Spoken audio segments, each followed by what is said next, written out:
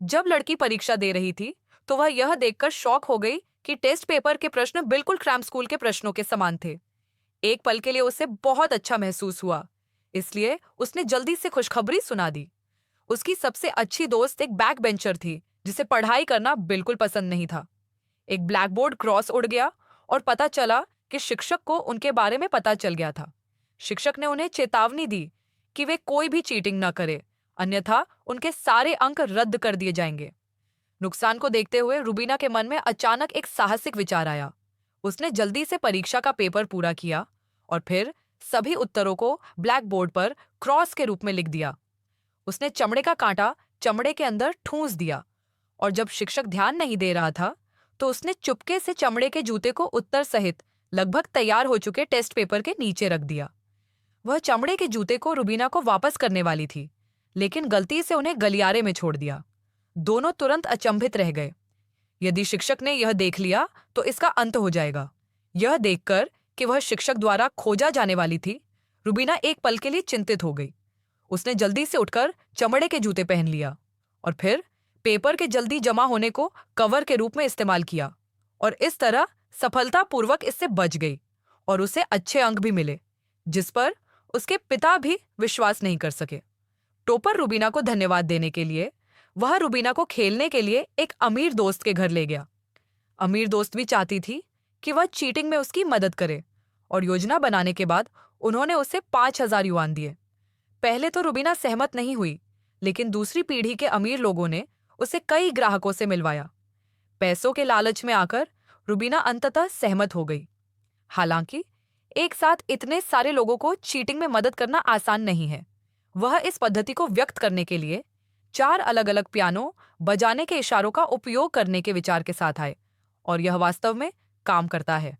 न केवल शिक्षकों के लिए इसका पता लगाना कठिन है, बल्कि वैज्ञानिक भी इसे एक नज़र में नहीं समझ सकते हैं। इससे भी महत्वपूर्ण बात यह है कि इसकी सटीकता दर लगभग 100% है। रुबीना केवल यही एक लड़ाई लड़ती है। ग्राहकों की संख्या बढ़ती जा रही है और आधे सेमेस्टर से भी कम समय में 4 लाख से अधिक ग्राहक बचे हैं। हालांकि ये सब अभी शुरू हुआ है। एक दिन रुबीना को फिर से पाया गया। उम्मीद थी कि वह अपने सहपाठियों को एसटीआईसी परीक्षा पास करने में मदद कर सकती है, लेकिन रुबीना ने इनकार कर दिया क्योंकि परीक्षा बहुत सख्त थी। फिर उसके सबसे अच्छे दोस्त ने 6 मिलियन की ऊंची कीमत की पेशकश की। रुबीना ने एक क्षण बाद सहमति जताई। एसटी परीक्षा पूरे विश्व में एक ही दिन आयोजित की जाती है। इसमें उत्तीर्ण होने पर ही आप अमेरिका में अध्ययन के लिए जा सकेंगे। हालांकि समय के अंतर के कारण ऑस्ट्रेलिया में परीक्षा का समय थाईलैंड की तुलना में 4 घंटे पहले होता है। आश्वस्त होने के लिए रुबीना ने दोबारा परीक्षा देने के लिए ऑस्ट्रेलिया जाने का निर्णय लिया। उत्तर थाईलैंड वापस भेजा जाने वाला है, लेकिन वह यह सब अकेले नहीं कर सकती और उसे एक सहायक की आवश्यकता है। इसलिए रुबीना 3 मिलियन के लिए टोपर लकी को लाती है। लेकिन अब भी एक समस्या है, वह यह है कि वैज्ञानिक उत्तर कैसे ला सकते हैं। इस उद्देश्य के लिए रुबीना ने एक अच्छा तरीका सोचा। उन्होंने एक धोखेबाज केक का आविष्कार किया। इस पर अंकित धारियां और घोड़े बहुविकल्पीय प्रश्नों के उत्तर दर्शाते हैं तथा संख्याएं रिक्त स्थान भरने वाले प्रश्नों के उत्तर दर्शाती हैं। कुल 4 अनुपात हैं, जो 4 अलग अलग परीक्षाओं के अनुरूप हैं। अब सब कुछ चुनने के लिए तैयार है। इसके तुरंत बाद दोनों सिडनी पहुंचे। परीक्षा शुरू होने से पहले वे बाथरूम में गए और अपने फोन शौचालय के पानी में छिपा दिए। चूंकि पूरी परीक्षा के दौरान शौचालय जाने के 3 मौके मिलते हैं, इसलिए उन्हें केवल तभी उत्तर वापस भेजने की जरूरत होती है। पहली परीक्षा शुरू हुई और उन दोनों ने जल्दी से टेस्ट पेपर भरकर क्रमशः अगला भाग दे दिया।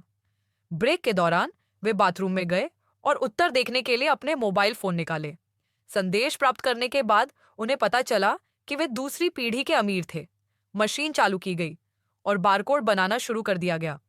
जल्द ही बहुविकल्पीय प्रश्न और उनके उत्तर मुद्रित किए गए। अगली 2 परीक्षाएं पूरी हो गईं, लेकिन जब वे तीसरी बार शौचालय गए तो लकी को परेशानी का सामना करना पड़ा। बाहर एक परीक्षक खड़ा था। पता चला कि वह शौचालय में बहुत देर तक बैठा रहा था। उन्होंने दबाव को झेला और जवाब वापस भेज दिया। परिणामस्वरूप जब वह उठा तो गलती से शौचालय प्लेट जमीन पर गिर गया। जब परीक्षक ने यह देखा तो लकी को मौके पर ही पकड़ लिया गया। रुबीना का समय भी ठीक नहीं चल रहा था। जैसे ही उसने उत्तर देना समाप्त किया, परीक्षक ने उसे याद दिलाया कि परीक्षा शुरू होने वाली है। रुबीना के पास फोन वापस रखने का समय नहीं था, इसलिए उसे अस्थायी रूप से उसे अपने जूतों में रखना पड़ा। जैसे ही वह दरवाजे से बाहर निकली, उसने देखा कि लकी को गिरफ्तार कर लिया गया था और प्रवेश द्वार पर लोग पहरा दे रहे थे। वह केवल डूबने का नाटक कर सकती थी और अपना फोन पानी के डिस्पेंसर में छिपा सकती थी। अंतिम परीक्षा शुरू हुई। रुबीना ने पहले सभी उत्तर याद कर लिए और फिर मुंह में अपना फाइबर ठूंस दिया। परीक्षा के दौरान उसे इतना दर्द महसूस हुआ कि वह बेहोश हो गई, लेकिन फिर भी वह अपने गले में फाइबर डालने पर अड़ी रही। जल्द ही उसने कल रात का खाया हुआ खाना उगल दिया। अन्य अभ्यर्थी दंग रह गए। रुबीना अस्वस्थ होने का हवाला देकर जल्दी चली गई और उसने पानी के डिस्पेंसर से अपना मोबाइल फोन निकाल लिया। इसका उद्देश्य परीक्षा लेना नहीं था, बल्कि परीक्षा पत्र के उत्तरों को थाईलैंड वापस भेजना था। हालांकि परीक्षक को कुछ गलत लगा। सौभाग्य से रुबीना किताबों की अलमारी के पास छिप गई और बच निकली। सुपरवाइजर के जाने के बाद वह तेजी से दरवाजे से बाहर निकली और चलते चलते उत्तर भेजते हुए निकटतम सबवे स्टेशन पर आ गई। अप्रत्याशित रूप से परीक्षक ने उसे फिर से देख लिया।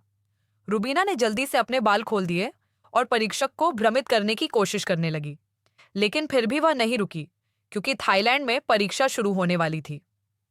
अप्रत्याशित रूप से फिर एक दुर्घटना घटी।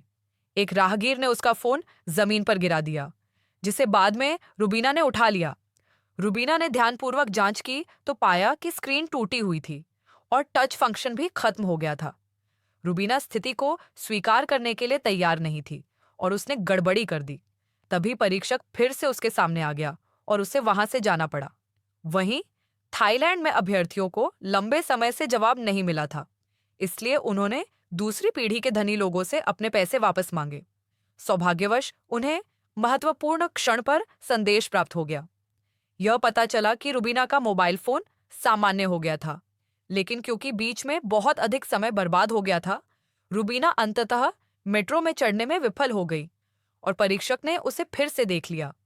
सबूत नष्ट करने के लिए रुबीना ने अपना फोन एक राहगीर के बैग में ठूंस दिया और इस तरह सफलतापूर्वक दूसरी तरफ जाने से बच गई। जिन अभ्यर्थियों को उत्तर मिल गए थे, वे तुरंत परीक्षा कक्ष में गए और उन सभी ने अच्छे परिणाम प्राप्त किए, लेकिन लकी को धोखाधड़ी के कारण परीक्षा से स्थायी रूप से अयोग्य घोषित कर दिया गया। घर लौटने के बाद रुबीना को बहुत दोषी महसूस हुआ। वह अपने पिता की गोद में कष्ट झेलती रही। मूल रूप से वह सिर्फ अपने परिवार के माहौल को सुधारने के लिए कुछ पैसे कमाना चाहती थी, लेकिन अब उसने लकी के जीवन को नुकसान पहुंचाया है। कहानी के अंत में लकी को रुबीना मिल जाती है। इस समय वह भी चीटर हो गया है। वह रुबीना से एक और परीक्षा देने के लिए उसके साथ सहयोग करने के लिए कहता है और इस बार नियोक्ता 8 मिलियन का इनाम देता है। लेकिन रुबीना इसके बारे में नहीं सोचती, क्योंकि वह फिर से वही गलती नहीं करना चाहती। फिर अपने पिता के साथ वह स्कूल आती है और अपनी पिछली गलती स्वीकार करती है। धोखाधड़ी के बारे में फिल्म यहीं समाप्त होती है और कल की कहानी और भी रोमांचक होगी।